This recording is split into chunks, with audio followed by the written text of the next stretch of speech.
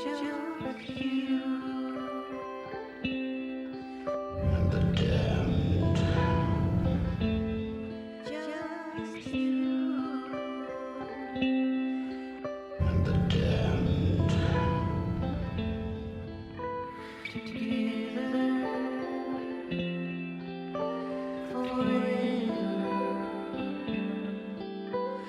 large house made of wood, surrounded by trees.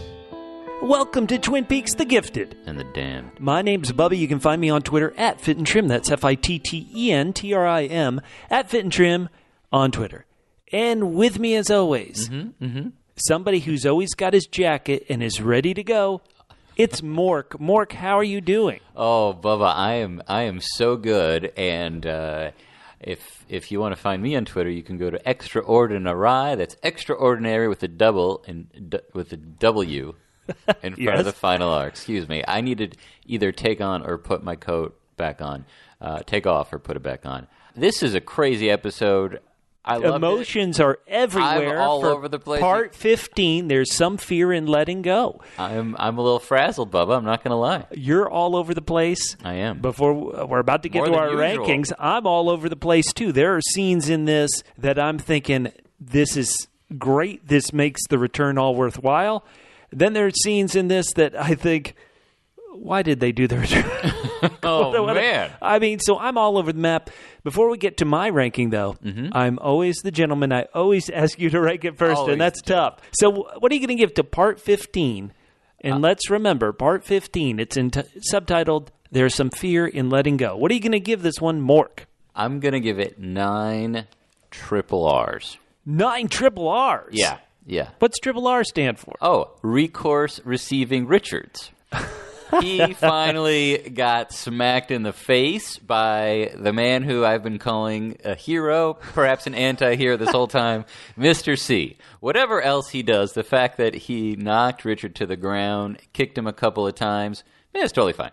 Totally fine. Mr. He's C earned the right to do whatever he wants. I think when you do that to Richard Horne, you switch from anti-hero to straight-up hero. Oh, yeah, absolutely.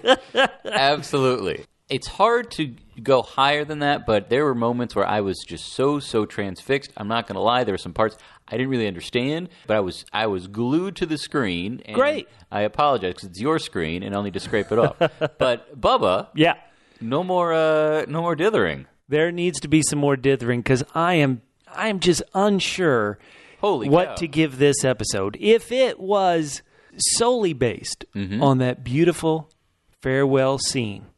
The farewell scene. Have a cup of coffee. The farewell scene boosts this up, in my opinion, to 8 double C's out of 10. Double C's?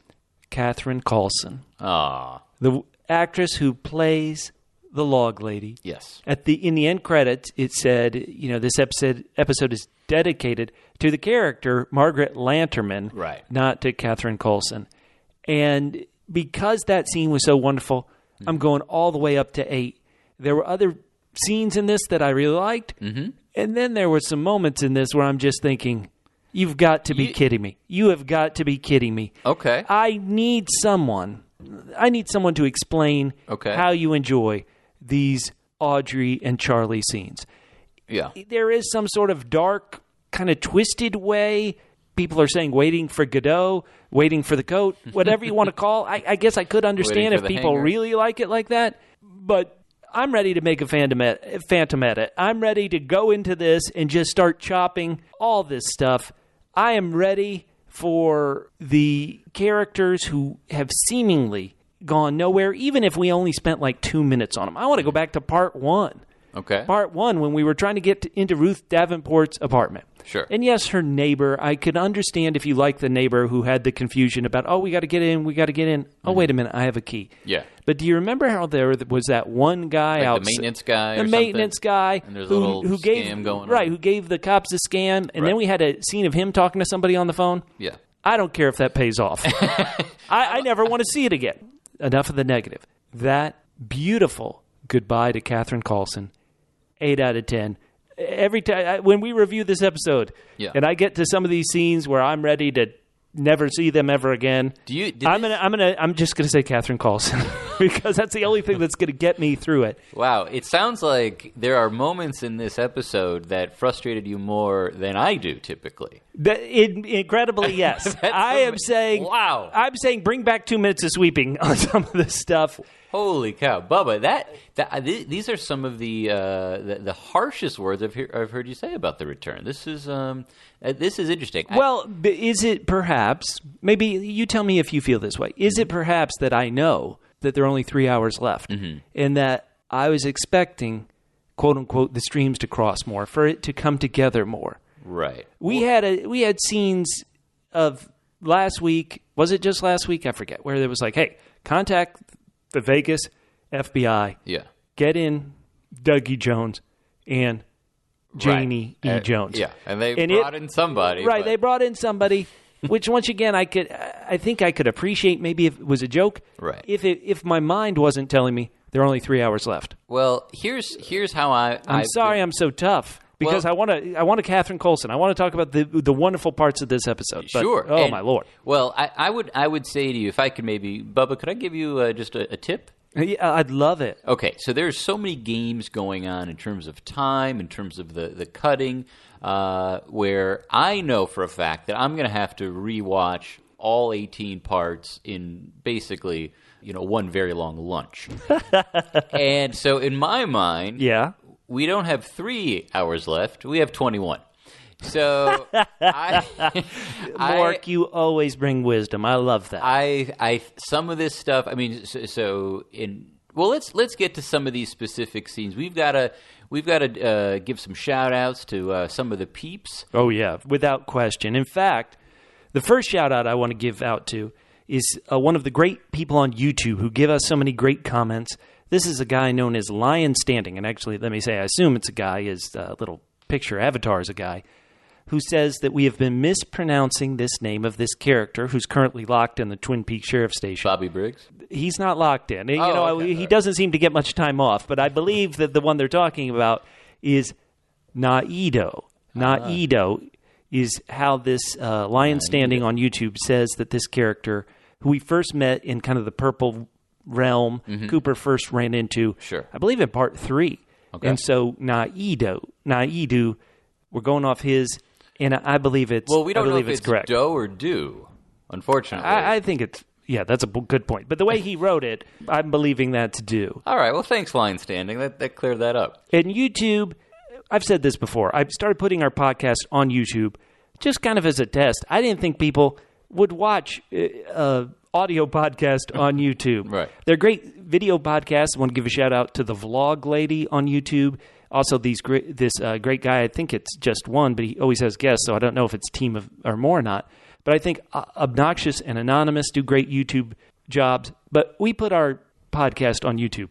And these commenters, this is just a small handful. It's a long list, but you guys have been leaving great comments all Twin Peaks Season 3, The Return long. And so I wanted to give a shout out to all these great people. Oh, so many good ones. Steve Redfield, Rihanna Sanchez, Lisa Brightman, James Angel, Simple Gamer, Jamie Michelle, Wayne Dodgen, Daniel Patrick, Lisa Fortuner, Matthew Power, Trev Mofat, James Gidry, Whiteold Jakubowski, Michael Cameretta, Stephen Sanacchio, Neo Luddite Visions, Landon Miller, Cynthia Stepp, James Angel, S. Ross 6, Margie Kate Jones, Mr. DeVos, Michael Sanajko, Puzzled Traveler, Craig G, Tyler Lewis, Monk 237, Wilton Abreu, David Davis, Andrew Cox, John Edge, Science Bunny, Skates Fisher, Risa Harms, Rosenfield 10, SMH 9000, Relaine Martin, Tachyon Time Lord, Voltaire 325, Simon Brake, and the Applesauce Project. Man, that is just a small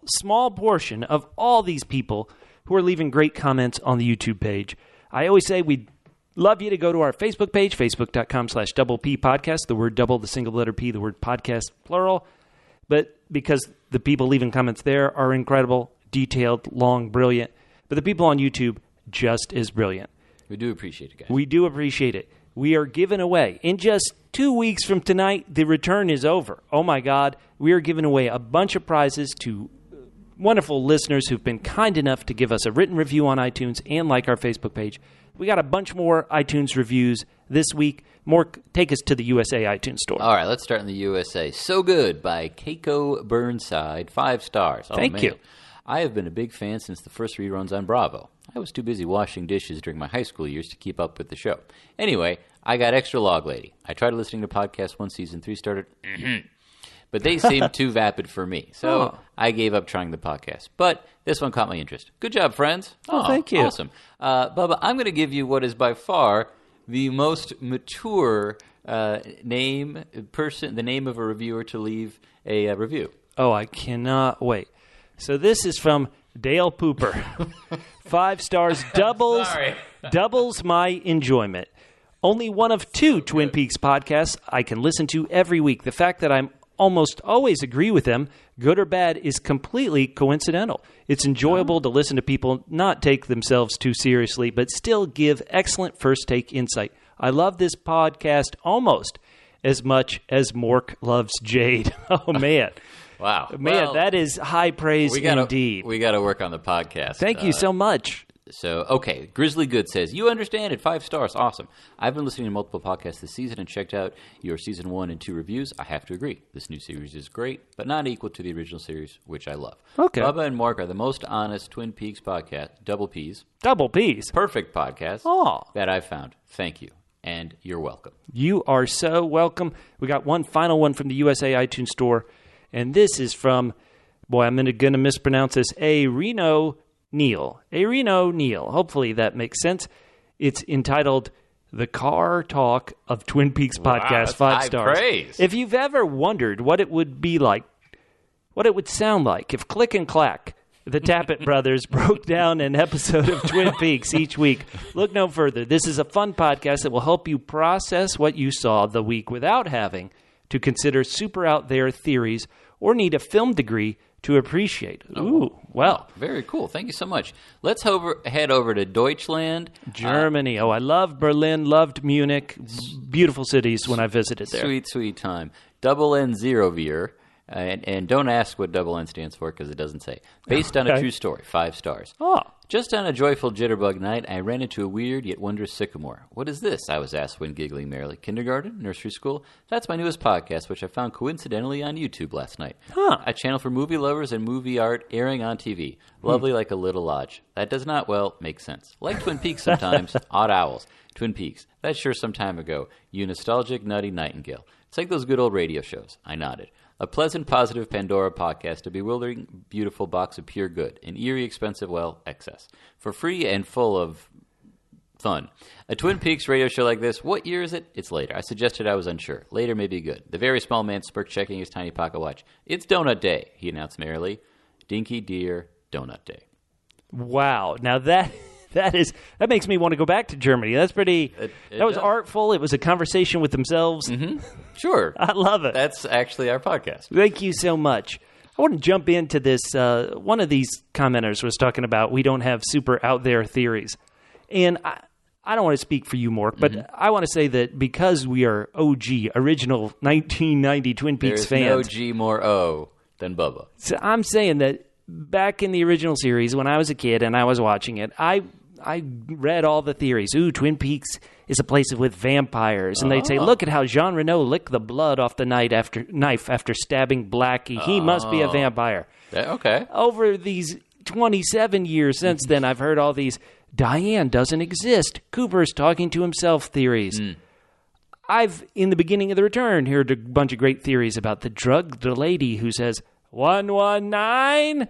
Like how she was the key to everything. Oh. I've heard these great theories, but kind of like the vampire, kind of like Diane doesn't exist. I've also heard so many that I didn't believe in or in long part are no longer validated, that I guess I'm not the big theory guy that maybe some people love, because Twin Peaks, you watch this and you can have great theories. I apologize that I'm not that guy. Well, I think part of it for me is it's fun to think about that stuff, but the next part is going to give you a completely different theory. So it's not that I've stopped trying, but for me, I'm trying to, in tonight's episode, and Well, I'll just mention this now because it was sort of throughout the episode, but there was so many beautiful shots of the forest. Oh, there were. Trees. Oh, there were. And obviously, just as a reminder, the log lady's husband, who was a firefighter, his soul is in her log.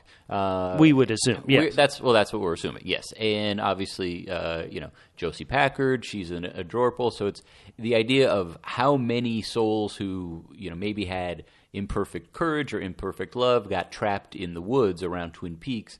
That's for me, a really big, fun idea that can have all sorts of interesting ramifications. It doesn't really affect the plot, doesn't really affect the characters, very closely. But those are the kinds for me that I like to wonder about. Okay. All right. Well, always bring them up. Listeners, if you have great far-out theories, I guess I'm not discussing them on the show, but when you write them on our Facebook page, facebook.com/double-P podcast, or you write them on the YouTube page, I promise you I read them and I always consider them. And I don't think I've heard any that as a kid, I thought, this vampire theory is preposterous. So I haven't heard any that crazy. See if you can. Go ahead and see if you can reach that level of having me, Bubba, say, boy, this is preposterous, to reach in. How about we start in Vegas? There's not a whole... There's important stuff going on.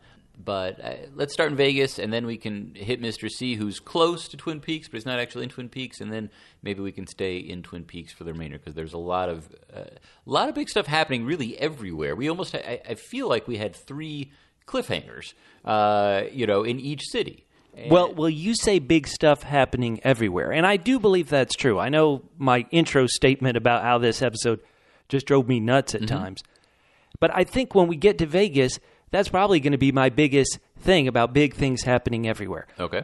I will admit, I laughed when the FBI agents go, hey, we've got Dougie Jones and Janie, his wife, here. And then we go in, and I that kid. The kid screaming. The kid just screaming. I really did. I laughed. I thought this is a good moment. Yeah. But I think that contradictory point where you said there are big things happening everywhere. Mm-hmm. And once again, this is terrible. This is one of the final 4 hours. And that felt like a complete stall tactic, a complete kind of non-entity. Right. So even though I laughed, it was another frustrating moment. When I talk about the toughness on this episode, it's things like this. These 2 FBI guys who are inept. We're not used to inept FBI guys. I think you would even say Sam Stanley was better than these guys. Yeah, exactly. We are used to inept, Las Vegas police officers, but not FBI guys. I mean, I'll definitely give you that in the pace of the sort of empirical investigation of, okay, so Cooper's fingerprints have been now transmitted somewhere. There's a ring, Janie E., Dougie, they're identifying certain things, so they're on the hunt for that. It'd be great if they were a little further along. It'd be great to see Albert and Cole and Diane.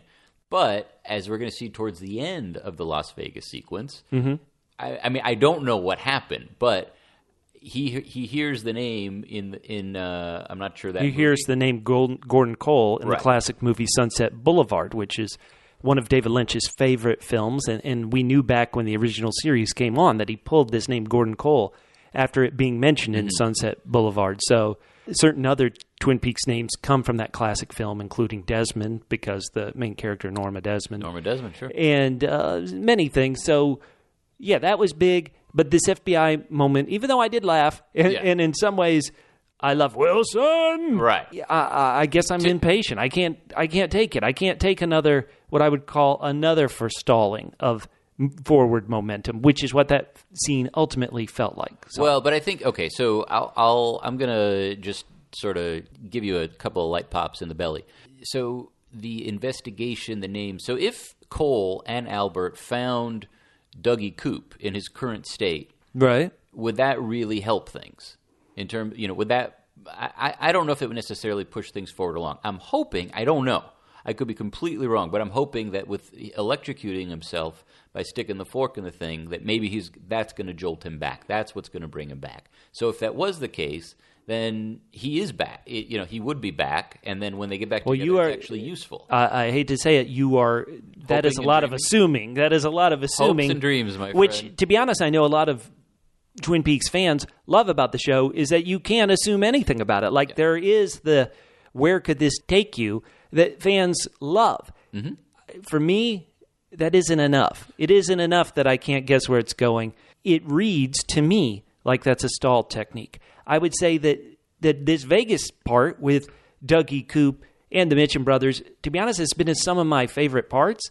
But I would ask you, what became of Dougie Jones's infamous gambling debts? What became of it? What did it give us, really? I think it just gave us a place to start in terms of who this guy was before Coop showed up. I would say we spent a good amount of time on it. I think the scene with Janie telling off those guys, negotiating was amazing. Yeah, negotiating with those guys in the park was a great scene. But there didn't seem like much there in my mind. Right. You better not suggest that any time spent with Jade was a waste. No. Well, I don't know if Jade was involved in Dougie running up those gambling debts. But how do you feel as a resolution? Let's go to good old Duncan Todd's office, where he and Roger... The Headless Horseman. Where he and Roger get a sweet visit from Chantal. Right. And so, well, you brought up a great question earlier, where are these the two that needed to be taken care of, or was it DougieCoop and, Janie, or was it someone else? Well, I think Duncan Todd certainly had to be one of them. I would doubt Mr. C would say Chantal and Hutch take care of Roger. Duncan Todd, and definitely Roger. That guy, Roger. Make sure you kill him. Yeah. No, that was, it was fun to see. Jennifer Jason Leigh, she's great. It's fun to see her in this, small, fun part. There was a great violent shot of Duncan Todd's face going. Yeah, that was a little too much for me. Oh, okay. But still, Jennifer Jason Leigh can get away with anything. And in a moment where we're going to assume Roger is still wheezing, like, hey, I was afraid it was Todd. Boy, he was. Oh boy, it could. Yeah, it could. But we didn't know, and then we get Chantal and Hutch, they're giving commentary. Somebody needs to give them their own show on Tour America. They are the click and clack of hired assassins. So they're hanging out, and we assume they got Wendy's. I didn't see a Wendy's bag. Did you? I did not. They may have heard our previous podcast talking about them being sponsored by Dave Thomas and his gang. R.I.P. Dave Thomas. R.I.P. One thing that I do want to point out in this shot of the van, Hutch is, at a moment he's waxing philosophical, and he talks about the view, and we see the view, and it's sort of a gray sky, kind of a cloudy sky. When he says, what a beautiful night. Right, with some power lines. So is it, the idea that the electricity is something that for them they're drawn to? I don't know. But even this kind of a throwaway scene, there are some things to wonder about, and that was consistent for me this episode. Well, hold on. Let's get back to Duncan Todd is dead. Yeah. How do you feel as a moment that is? Like, is it like that jerk got what was coming to him, or it's just like, how do you feel about it? Sorry. Well, I think because of who is involved, I was glad to see it get wrapped up. So Mr. C, we've seen throughout, he's very deliberate. He's a pretty good planner. Sometimes his plans, when he gets bounced out of prison, don't go as he wanted. Well, them when to. Philip Jeffries and Ray got the jump on him. Right. Yeah. So, but he's deliberate. He's in his own way. He's very rational, and so he had a relationship, because we know that he had a relationship with Duncan Todd. We know that Duncan Todd failed to deliver with using Anthony Sinclair and the Mitchum brothers to kill. So it makes sense to me that Mr. C would say, "Okay, well then you got to go." So I'm fine with that. So you think Mr. C knows that DougieCoop is still alive?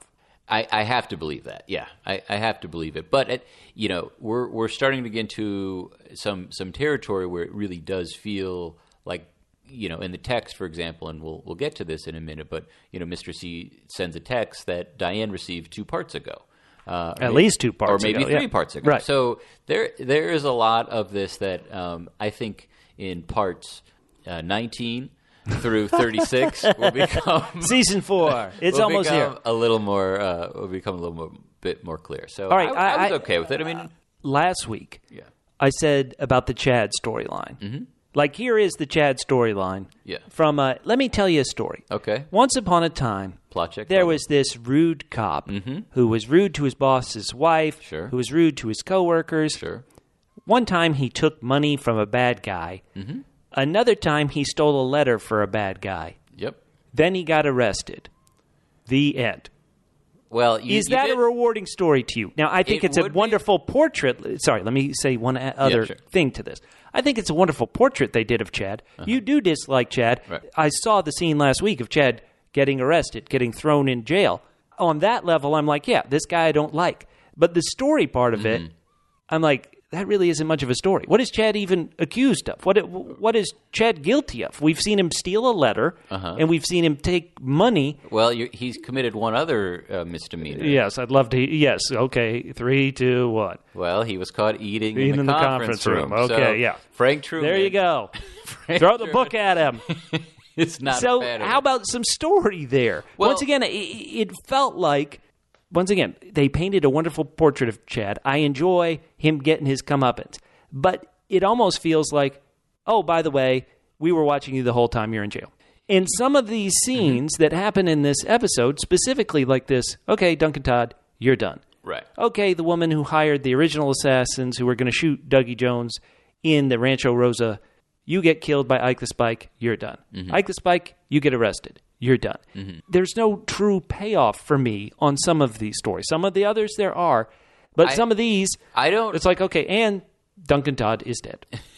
Yeah, I don't disagree with that from in terms of the amount of time you spend setting something up versus, the payoff needs to be equal to that or greater, So I totally agree with that. But I think the reason why I don't have as much of a problem with it is, if we would have spent a lot of time, so Chad was arrested, last episode. If we would have spent a lot of time this episode going into, surveillance footage of Chad, doing stuff or, being Richard Horne's, toady somewhere, that would have made me more angry than how they handled it. And the fact is there were some scenes tonight that were really mesmerizing. All the whole Mr. C sequence was just wonderful and scary and beautifully done. So it makes me sort of forget about some of that other stuff. Okay. Well, sorry, I didn't mean to cut you off there, but I was just going to say maybe that's why I get especially frustrated with these scenes is because our final scene here in Vegas, I think, is incredible. Yeah. They've shown they can do a great moment. They've shown they can do great scenes. This scene with DougieCoop hearing the name Gordon Cole, going to the electric outlet with a fork, that is tense. These guys are incredibly capable. Sure. And yet some of these other scenes, to me, feel completely tossed off, half-baked, no resolution that's satisfying, in my opinion. Once again, listeners, I hope I'm the outlier, and I hope you disagree with some of these resolutions. Because this DougieCoop scene, it's like everything. It's like wonderful. It's brilliant. It's tying together everything that they've spent so long to build up to, of the noise in the electric outlet, DougieCoop going towards it. I mean, this is it. Yeah. No, I mean, I did enjoy this scene. I love seeing them, together. She's totally okay with, this guy, he's not very talkative. He likes to eat. Right. But you know what? He's learned some things about how they make sweet tender love in Tibet, and she can take advantage of it. So, but I really like them as a couple. I was actually afraid, I don't know, somehow the way they shot this and the way they lit it, for some reason, I was afraid that when she was walking away that something would happen to her. I don't know why. But I agree. This is, it's not much on the surface. It's Coop eating cake, but as soon as, and I forget the character's name in Sunset Boulevard, but as soon as he mentions Gordon Cole, then something clicks inside. And that was, okay, are we seeing this? Are we seeing this? Are we seeing this? We know what, he came out of a socket. We know what electricity means. But we still, I mean, what do you think happened? I mean, I know what I hope happened, but what do you think we're going to, next time we see him? No. I apologize, Mark. I'm with you. I know what I hope happened. So, let me put it this way. I know that something happened. I would be very hard-pressed to believe that we come back for part 16 and nothing's changed with What if he Dougie. went back to where he started? Right. If that happened, God bless it. We're along for the ride. I'm fine. So the big thing for me is that something did happen. Yeah. Something where I've actually I felt like been one of the big DougieCoop supporters. Sure. Where even back in part 4, people were saying, "Oh, I'm sick of him being Mr. Jackpots and winning." I've always been relatively positive on this section, or completely positive on this section. So I know something did happen. You're right. We could come back next week, and nothing could have changed. I have a hard time believing it, but once again, for people who love having no idea what's going on Sure. and being completely shocked every turn, that could be true too. One thing, let me ask you this. Tell me if you agree with me or not, but I really felt that when he started crawling towards the socket, that for me, he really looked like Coop. You know, he didn't have a vacant look on him. If you look at his face, there's a look in his eye that seems a little bit more alert.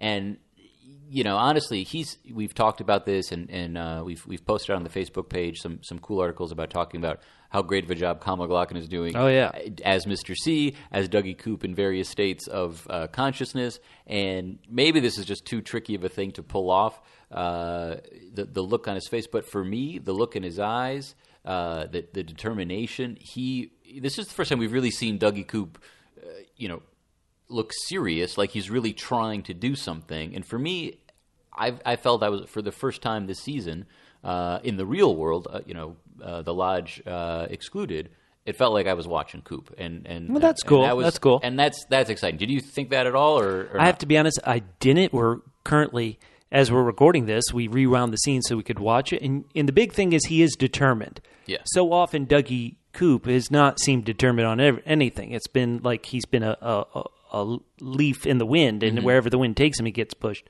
So for this moment, it does look like he's determined. But next week, does that mean he's Cooper again? Does that mean maybe his soul suddenly is back see. in what we would call the lodges? We will see. I loved that moment. So within this this part, which I'm so tough on. You are really tough on it, Bubba. I am really tough on it. I just need more.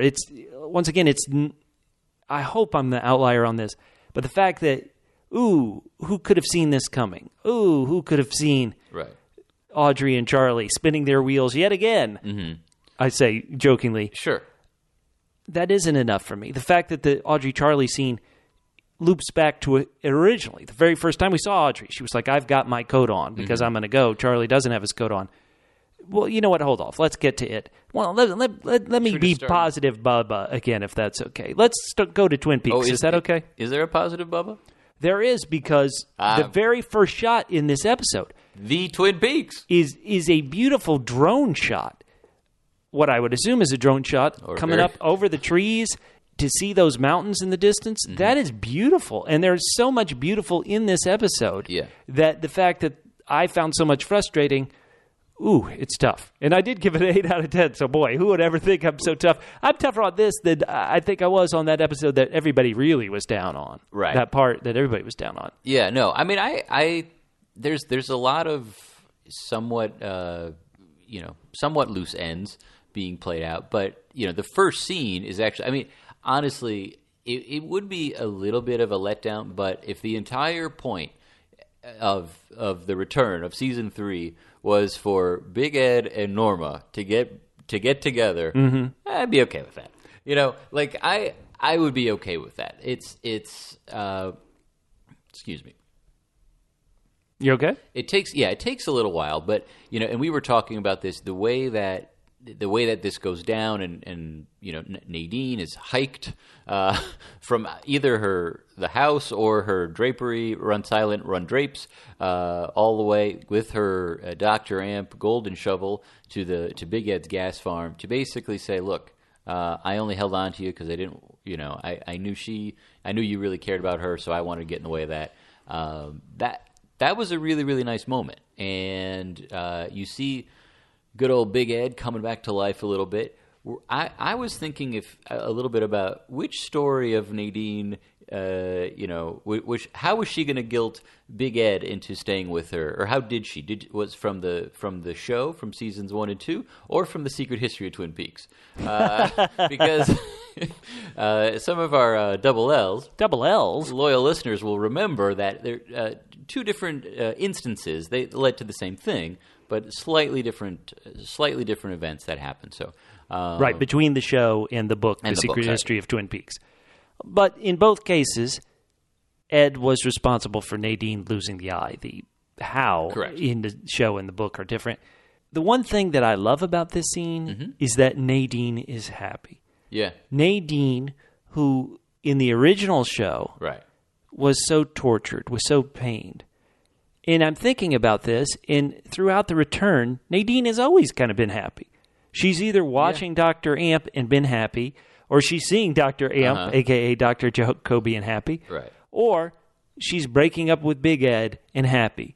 And so that is something that does warm me. That is something that I think really is great. The one trick about this scene, sorry to be so darn picky, but because in the return, this was how we got a confirmation that Nadine and Big Ed were still a couple. We never had that confirmation until this scene where they broke up. Now, maybe I should have just assumed they were a couple, right? But I wish I had known that they were still a couple before they break up. Because before this, I mean, we really just see her at her computer. Right, they had no scenes together before this. So maybe she moved into her office or something, but we don't know. We don't know, and it is possible. It is possible that the last time we saw Nadine, Dr. Amp was paying her a visit. So it's possible that maybe she's already moved on, and Big Ed thinks she's being incredibly magnanimous, but she's already on to rose and blue colors. You don't know if you're implying that Dr. Jacoby, aka Dr. Amp, and Nadine, their relationship has become intimate. You don't want to know what they do with the golden shovel. I don't want to know, but I mean, if there's any doctor who was going to cross the line, I think it would be Dr. Jacoby. So Big Ed, we've only seen him very briefly here in the return, and when we've seen him, he's been sad. He's kind of been a shadow of himself, somebody who spent 27 years with his life stuck in one place, married to somebody that he still isn't the one he's truly in love with. Mm-hmm. And so those have been nice moments. I want to go to Lynch as the artist, as the painter. So I'll even take it back to my Chad. He painted a great picture of Chad. I'm not sure it was a great story of Chad. Right. Here he's painted a great picture of Big Ed, but the story is from the original. And this is wonderful that these two are finally the end. Let's hope. There are 3 more hours so they could break up again, but hopefully... Well, it didn't come easy for Big Ed because hopefully as soon he didn't. He gets to say something to Norma, Walter, good old Walter shows up. Yeah, and Big Ed, thank God that it took a while for them to deliver that cyanide pill. Right. Yeah, and let me ask you this, just based on what they were doing with the music, we're watching Big Ed, we're hearing this great song. I'm not sure if it's Old Soul Sam song. Cooke or it sounded like him, yeah. Yeah, but and then we cut to Norma and Walter at their business booth, and there's no music, and they're having a conversation about Norma wants out. She's going to sell her shares in the Norma's Double R, the franchise, Double R franchise business. So there's no music, and then we go back to Ed, and there is that wonderful song, and Bubba, I know it's gonna come to you in just a second, but. It's Otis Redding. Otis terrible, Redding. not Sam Cooke. Beautiful. So yeah, he's singing the great song "I've Been Loving You Too Long," which is so apt for Big Ed. That is the best name of a song. But we're watching Big Ed, and he's got his coffee, and he's that music is playing only for him, and things start to go south for Walter and Norma back in the accounting booth. And Walter, did he know what was happening? He's like, "Hey, did you get my flowers?"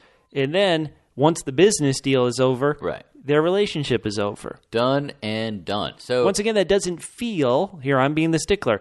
Let me tell you a story. All right. Norma was dating Walter. Okay. And as they were dating, they were also kind of business partners in her expanding their business. Sure, okay. Once she found out that the franchises... Like Donnie and Marie. Once Norma found out that the franchises weren't using the same great ingredients that she liked, and... theoretically, in a time we didn't see her, she thought, I need to spend more time with my family. Not my family, Annie, but my family here in Twin Peaks. Sure. She broke up with Walter. The end. I in and of itself, this write this down. Bubba, you are right. All right, let's all timestamp this. Timestamp this. You are Everybody, right. we are about 40 minutes into the podcast. But it doesn't. But you don't care because we have the history with these characters. We have the history and what is about to happen, which is so great to see. I actually felt, Big Ed is almost meditating. He's like, did he conjure this? I mean, he. Oh, there's our theory. Let's go. I don't know. I mean, Big Ed has some superpowers, and lo and behold, guess who sneaks up behind him, kind of scarily? It's Norma, and they have this kiss. And we were talking about how this feels like this could be the finale for the return for the whole series, because it's we're ending on an up note. It's sunshine. There's beautiful shot. The camera moves up into the beautiful sky with clouds. They're kissing. They're together. It was great to see. I don't know where it's going to take us, but it was. Yeah, hopefully nothing bad happens to them in the next 3 hours. All right, so everybody, cross your fingers, cross your toes, cross your eyes. We need Big Ed and Norma to live happily ever after, if there is such a thing. Mork, do you want to stay in Twin Peaks proper, or do you want to kind of go out between Twin Peaks and what we would call Western Montana to a certain convenience store? Let's actually save that to the end, because it was so awesome and crazy and interesting. Let's save that till the end. One thing I want to ask you that I've been thinking about a little bit, and forgive me, but we were talking about this on our Facebook page. That's facebook.com/double P podcasts. The word double, the letter P, podcasts plural. And I don't know if it was Matt or Tom, and I haven't looked at it for a few days, so I do apologize if I didn't get the name right, but. The idea of the chocolate bunny, and which turned into Jack Rabbit's palace, and so we were sort of chatting. Is it about the bunny? Exactly? Is it? So the idea was, is this something that was planned all along, or was this something that, just like the red and blue glasses of Dr. Jacoby, where Mark Frost took something that was just sort of put in there for fun and turned it into something else? In his book. In the show, we never got this. But just so everybody's on the same page, Russ Tamblyn, not in the pilot, but in his second episode, he said, I have something fun I can wear during this. And he wore these old-time movie 3D glasses with one red lens and one blue lens. In his book, Mark Frost, The Secret History of Twin Peaks, he starts explaining why this actually was. Yeah. And he gave it a reason, which he actually did so much on the original show, where the infamous first Red Room dream, Frost would go in and say the room above the convenience store was Lydecker's veterinary clinic. And so Frost has done that so much. I'm not sure he's done it too much here in The Return. Right. Well, I think, the first, season 1 was 8 episodes. And so there was a lot of time between that, and I mean, not a ton of time, but they did take a break. And there was a lot of time between the pilot and the actual episodes. Right. Where it was just Frost. Lynch had already started working on Wild at Heart, where it was just Frost kind of fine-tuning these scripts, and the story, so that things would pay off. Right, and maybe there just wasn't time for him to do that this time around. Well, and speaking of Frost, here his character, Cyril Pons, is in our next Twin Peaks scene. He's really looking rough. This reporter has fallen on rough times. He's out walking his little pooch. I thought he was a woodsman. I mean, he really does. He walks like a woodsman. He's sort of wearing the same clothes as a woodsman. He's clean shaven. But I thought it was a woodsman just wandering through the woods. I was a little nervous for a minute. I was nervous for a minute too when we see he's walking his pooch right by everybody's least favorite boyfriend / husband, Stephen. Stephen, do you want to say, did Stephen kill himself? Yes or no? What do you think? I'm going to guess so. I really didn't have any idea what was going on. We're talking about, who did it, she did it, what happened, why did you do it? My theory, and maybe this is a crazy theory, is that Stephen killed his wife, Becky, and then he kills himself. There's practically nothing to go on that. But you actually pointed out. I mean, what there is to go on it, and is what you pointed out, which was we cut to afterwards. Mark Frost, Cyril Pons, walks back to the Fat Trout mobile home park, and he and Carl Rod are chatting for a little bit, and they point towards Stephen and Becky's trailer. Right. It has been patched up theoretically from when that coffee cup smashed through the window. So maybe maybe he murdered her and she's been left there or something terrible. That's seemingly the only thing I could think where Stephen feels so guilty about. Mm-hmm. Here he is with Kirsten Hayward, and you want to talk about somebody who's really had a rough 25 years. She was a cute little girl playing a piano. Admittedly, she was playing it for Bob, so right. This is a bad sign. But now she's hooking up with a married man who's suicidal. But even here, what is Stephen's story? Yeah, I don't know. It feels like it's maybe Richard as sort of an unpredictable element is being because it seems like, we'll talk about this in a minute, he might be taken under Mr. C's wing, that Stephen is supposed to be an unpredictable element, but yeah, it certainly feels like he blows his brains out. Well, what's his story though? Now this was, I joked, so many things on Twin Peaks: The Return, people may say that's unbelievable. Stephen graduating high school is the biggest. There's nothing. Well, I want to point this out. Back in, I believe, 1991, you predicted that was your crazy fan theory, right, was that Stephen would graduate high school, and you were. That's why everybody told me I was crazy. Yeah, and so Stephen, he's going to be with the rhinoceros. Sure. The lightning in the bottle. Okay, all right, I'm with you. These are euphemisms for blowing one's brains out. I don't know. And so what I'm saying is that Lynch as a painter has created many impressive portraits. We really have not spent much time with Stephen at all. Yeah, it's but really he's created a great portrait of this character. The story, though, of this character is, here's a guy who failed at life, couldn't get a job, was high on drugs, beat his wife, cheated on his wife, killed himself. That is a story, but kind of as dryly as I just said that story, that feels like how it is. I mean, there's a rich picture, a rich painting of Stephen, but the story part of it, I don't know what to say. Well, I don't disagree with that at all. I think that what Stephen's real purpose was really, and we don't know what's going on with Becky, if she's even still alive, but it did feel like, in terms of sort of pushing Becky and Shelley back together. We had that scene where Bobby and Shelley and Becky are sitting down in a booth together, which was nice for a minute.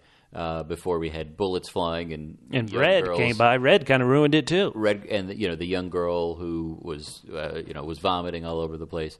So the effect that he had. But I just need to backtrack for a second here, Bubba. This is another example of something that's happened. When Richard Horne was introduced, we didn't know that he was Richard Horne until we saw in the credits. Correct. And now, we technically didn't know in the show until now. Right. And yes, correct. But in the credits we knew, but no, before we knew because Frank Truman visited. Well, he went to his grandma.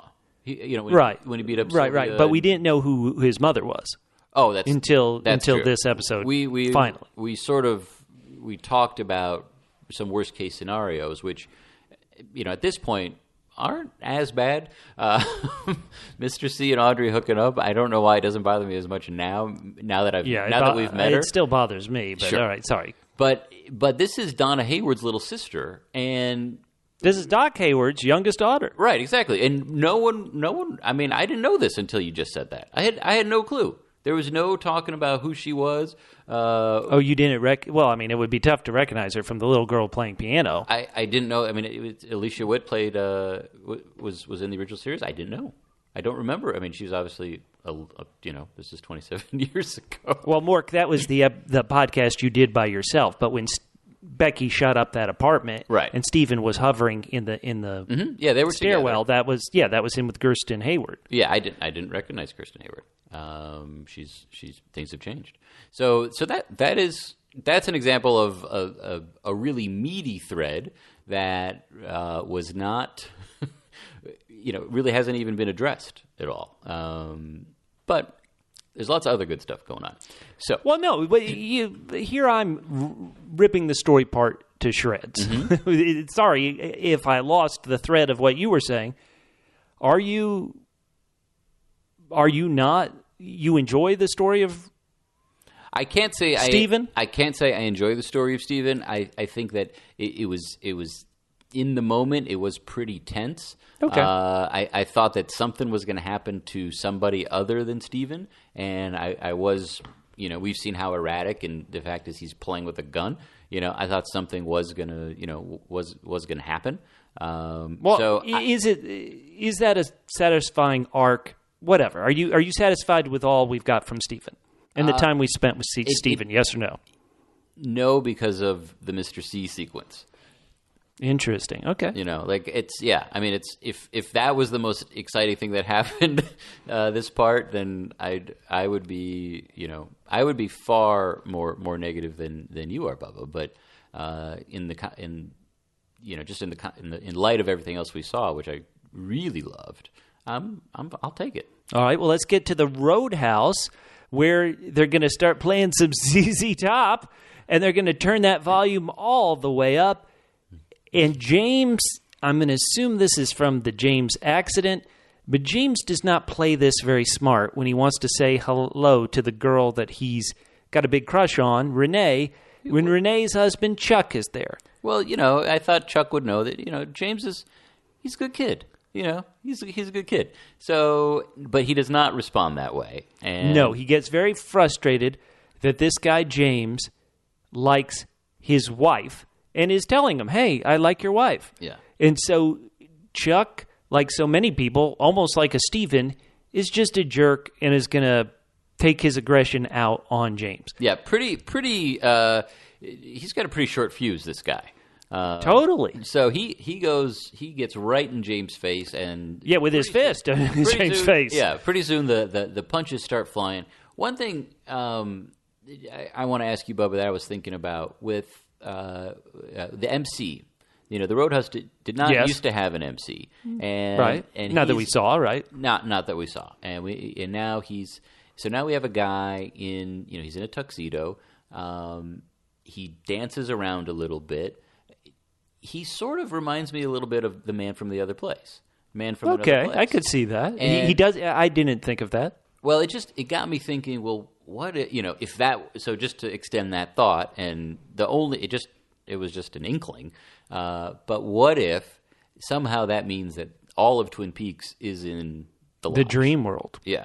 Anyway. Well, that's another theory. Hey, we love theories. Throwing it out there. I didn't think that at the time. I can see your connection with the MC and the man from another place. It would maybe explain why so much feels so off.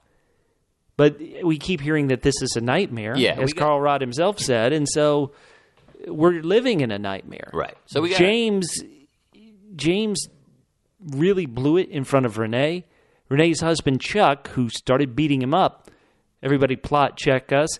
Chuck, we found out from Charlie was telling Audrey about this guy, Chuck, who is Renee's husband. Chuck stole the truck. Chuck stole Billy's truck. Right.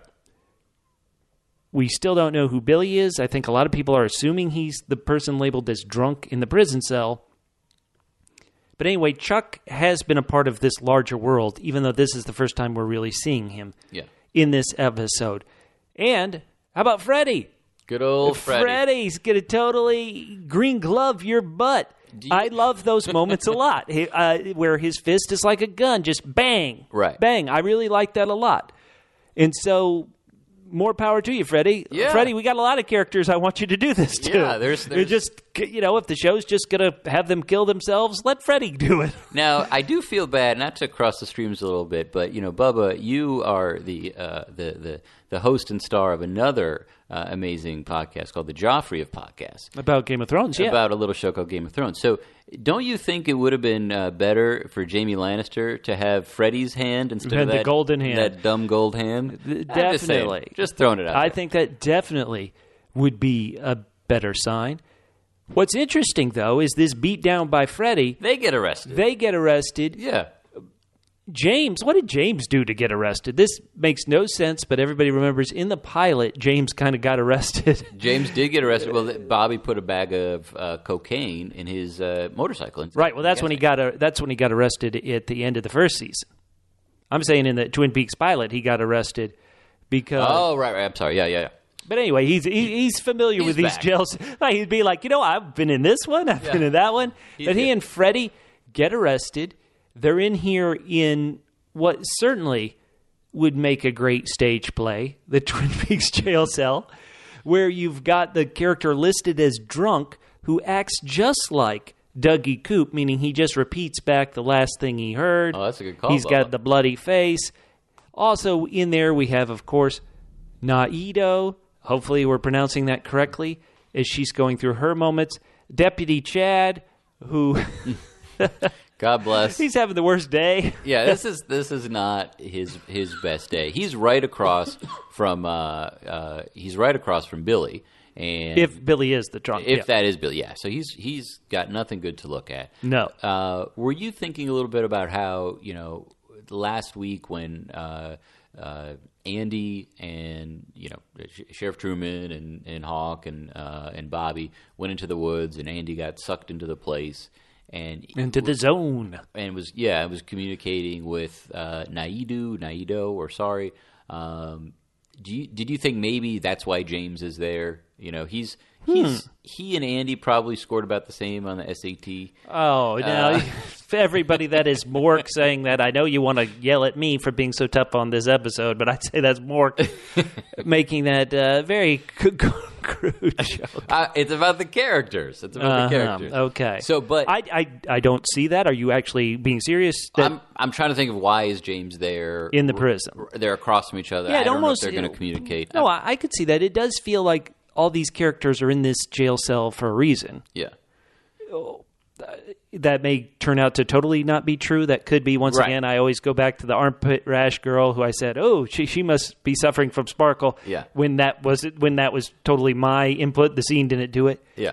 Whereas, well, you haven't been disproven, though. That's true. Okay, defense, but we may be disproven on this, where sure. it does feel like this is an interesting mix of characters. We've got Freddie and his magic green hand.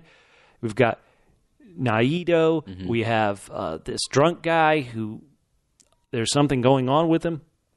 But, of course, that's us putting something on there. He could just be what he seems to be. Yeah. A gross, drunk guy, which is a character Lynch kind of likes these kind of grotesque scenes, people drooling on themselves. Later, we're going to see one of the woodsmen drooling on himself, just like this drunk is. So I would say significantly worse than this guy. I don't know. Man, I don't know about that. Yeah, it was not pretty. So I have been so tough on this episode, so tough on so many things. I want to get to a moment of light, a moment of pure perfection, a moment of 10/10 brilliance. Catherine Coulson, this scene is emotionally moving. Mm-hmm. This scene, I actually enjoy better than any of her other scenes where, let me give a clue to Hawk. Let me give a clue, let me help with the story and plot of Hawk. Here in this one instance, I'm willing to say goodbye to plot. This is a character that we have loved for all of these years, and her going out in this sad, graceful note, it was just perfect. Yeah, no, it was very well done. It was very touching. It felt very true to who she's been, historically. Mm-hmm. And one of the things that you just mentioned a little while ago was Lanterman's veterinary clinic. In terms of no, it was Lydecker. Sorry, Lydecker. Oh, I thought you said Lanterman. Anyway, well, I did. In other words, she's Margaret Lanterman. Sorry. Right. Yeah. So okay, never mind. Scratch that. Mark's making a U-turn real quick. But she's been with us, and also, with the Secret History of Twin Peaks, she's had. There's a lovely shout out to her character in that book. That's true. Yeah. So going back to really since the early days of whatever was going on in this town that's turned Twin Peaks into Twin Peaks, she's been a part of it. And so it does feel, it wasn't just touching and beautifully done, but it does feel momentous.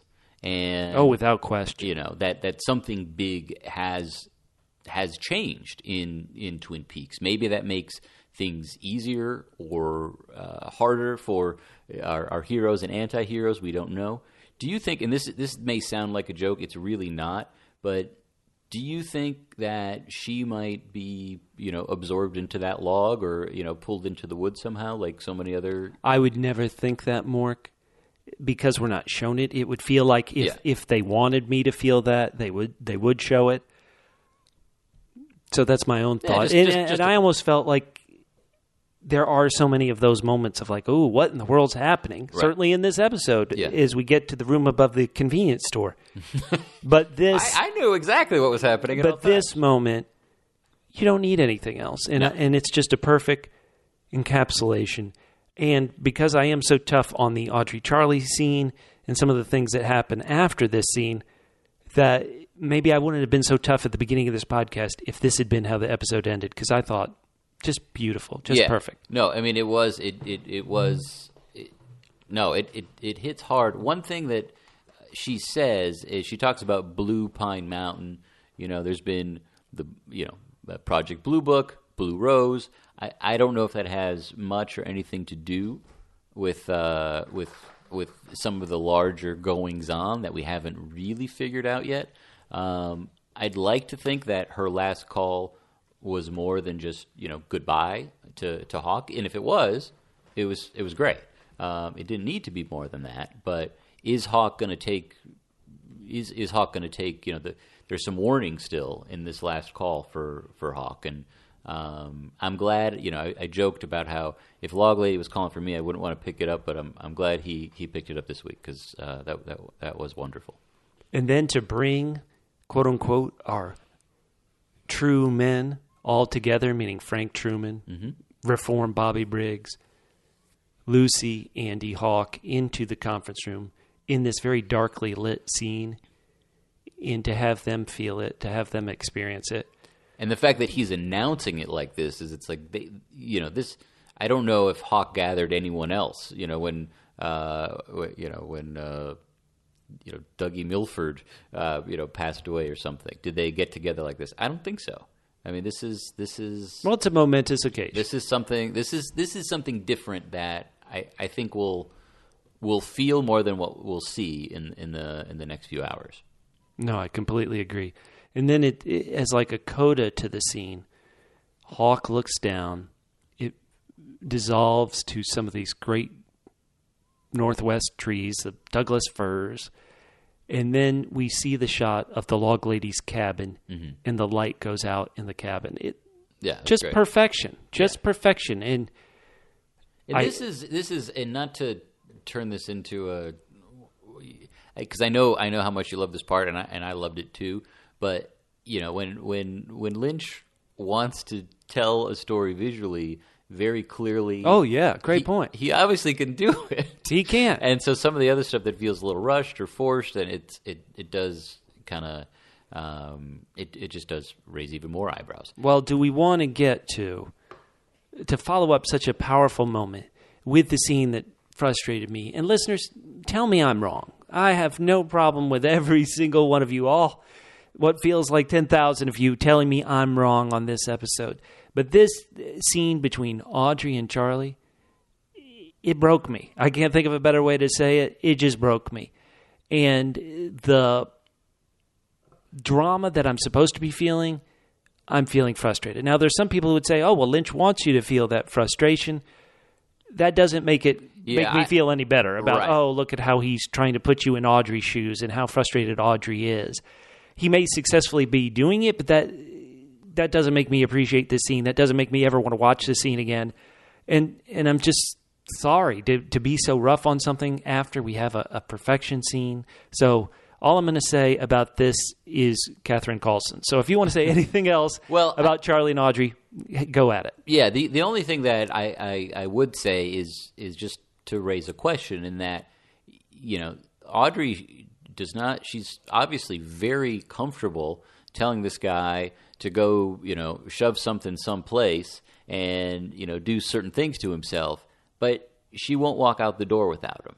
And so for me, it really felt like there's a theory that she's in a coma, or she's she's dead, or she's in purgatory somewhere. So that idea, the fact that she won't walk out on her own, that she is trapped somewhere somehow, makes this feel a little better. It's I just we go back to the clothes, we go back to the furniture, the walls.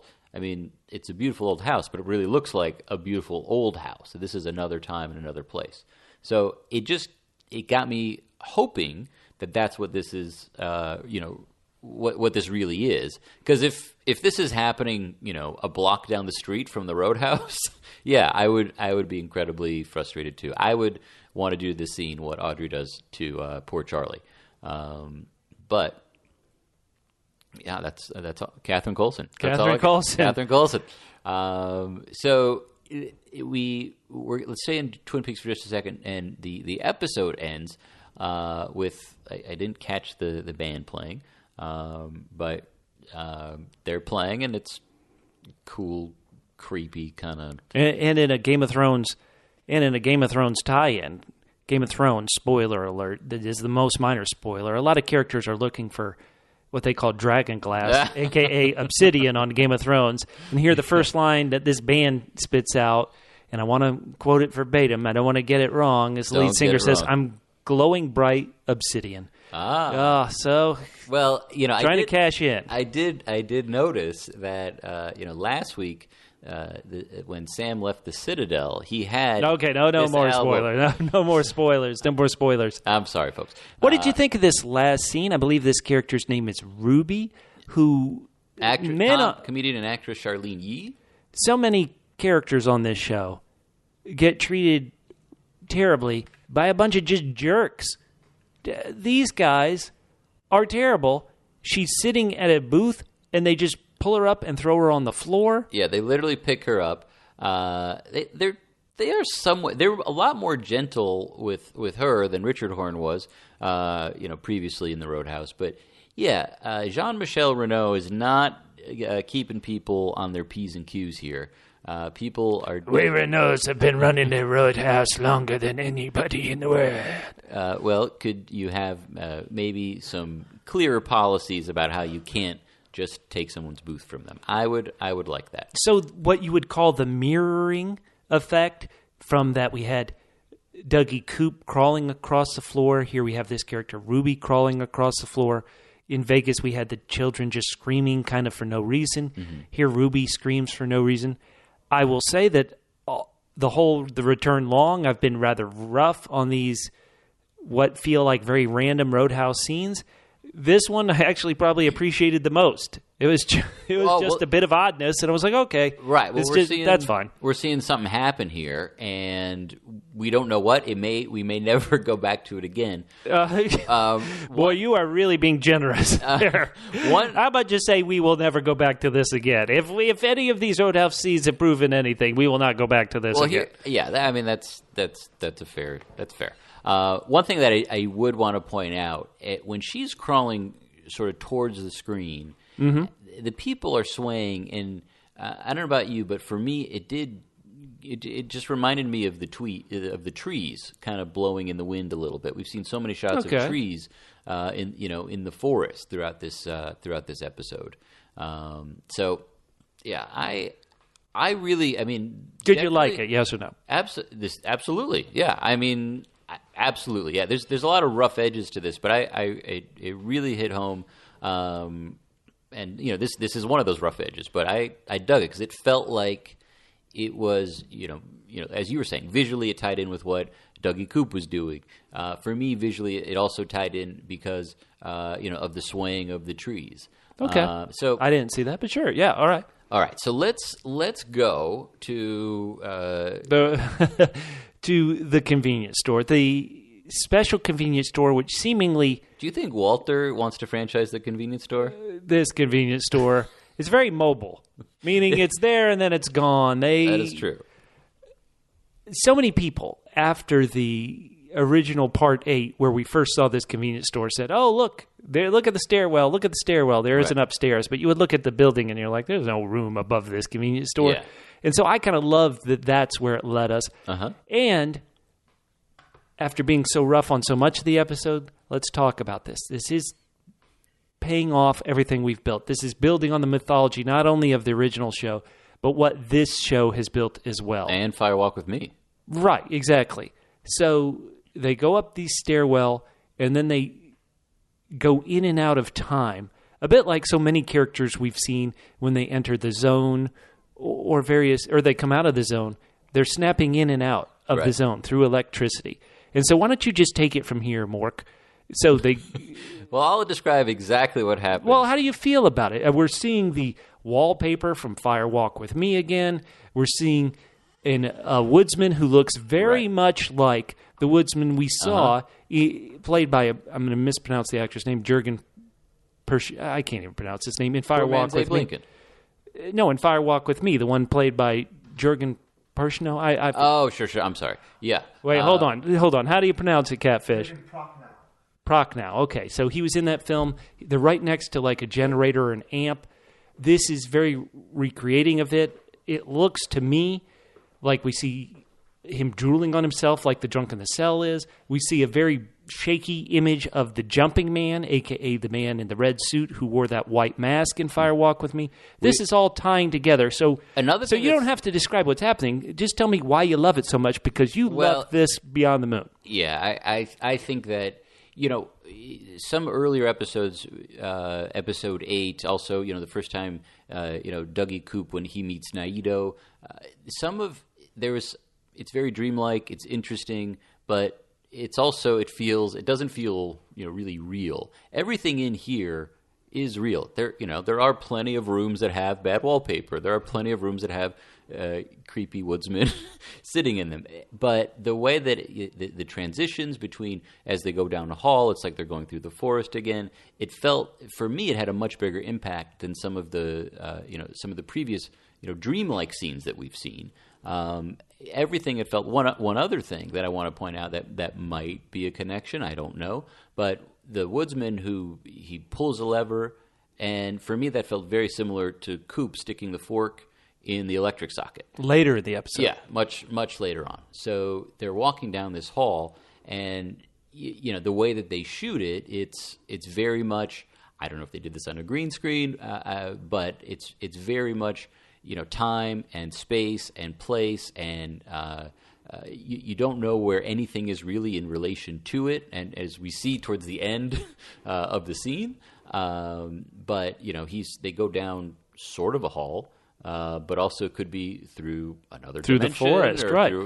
They go up this stairwell that I believe we saw in one of the visions that Gordon Cole had. That we saw, I believe it was this stairwell where we saw woodsmen coming down it, where it was kind of basked in kind of overexposed white brightness. Right.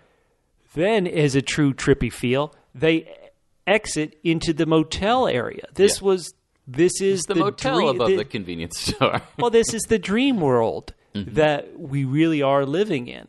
This is a hotel which, to me, reminds me the most of either the Blue Diamond Hotel, the Diamond Hotel from Firewalk with Me, or, to be honest, where Leland met Teresa Banks in Firewalk with Me.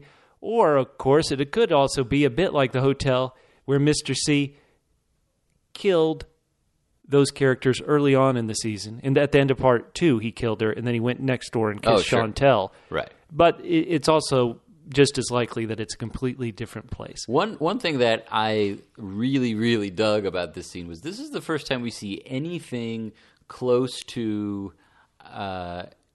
uncertainty on Mr. C's face. He is, normally he is so resolute. He is beyond confident. He's a little, I don't want to say he's nervous because he's not that nervous, but he is out of his element here. And, we talked about, many, many weeks ago, the idea that, when Mr. C looked in the mirror and he saw Bob's face and the way that he talked to Bob's face. I'm glad you're with me, is what he said in that prison cell. Or, you're good, you're so, something like that. But he spoke to Bob as if Bob was, an equal, a colleague. now he's supposedly going to meet Philip Jeffries, his old partner, and we know now that Mr. C has all these memories that Coop does. And I love the fact that this guy's a little nervous makes me terrified. Sorry, what do you mean by Mr. C meeting his old partner, Philip Jeffries? I guess since they're both products of the Lodge, they've been partners, but quote-unquote, before both of them had these horrific experiences, they weren't partners. Well, they were all part of Blue Rose. Okay, true. We never saw them work together. In fact, in Fire Walk with Me, Gordon Cole has to explain to Agent Cooper who Philip Jeffries is. Yeah. That's another odd kind of incorrect thing that happens in this scene here.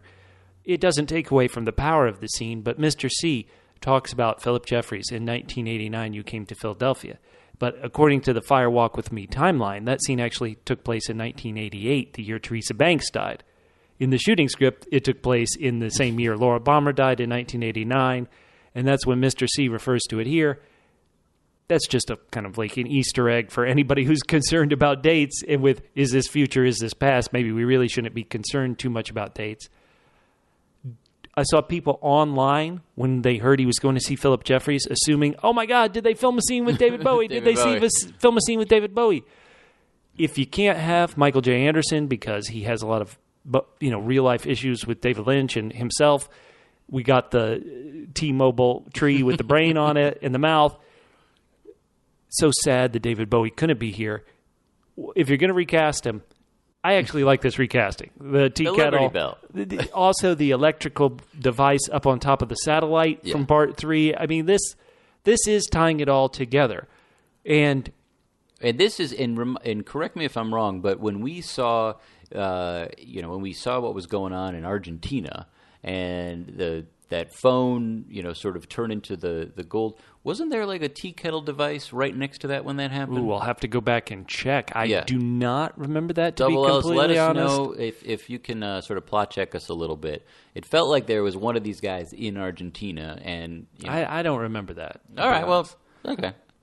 I could be wrong.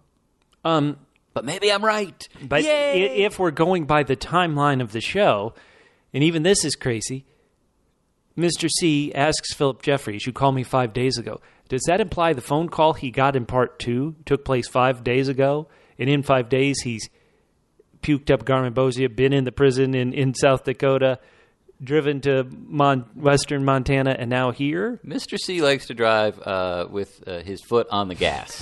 He does not mess around. I love this effect. Visually, David Lynch can really knock it out of the park. And this strobe effect on Mr. C's face, it's fantastic. It's good. It's crazy.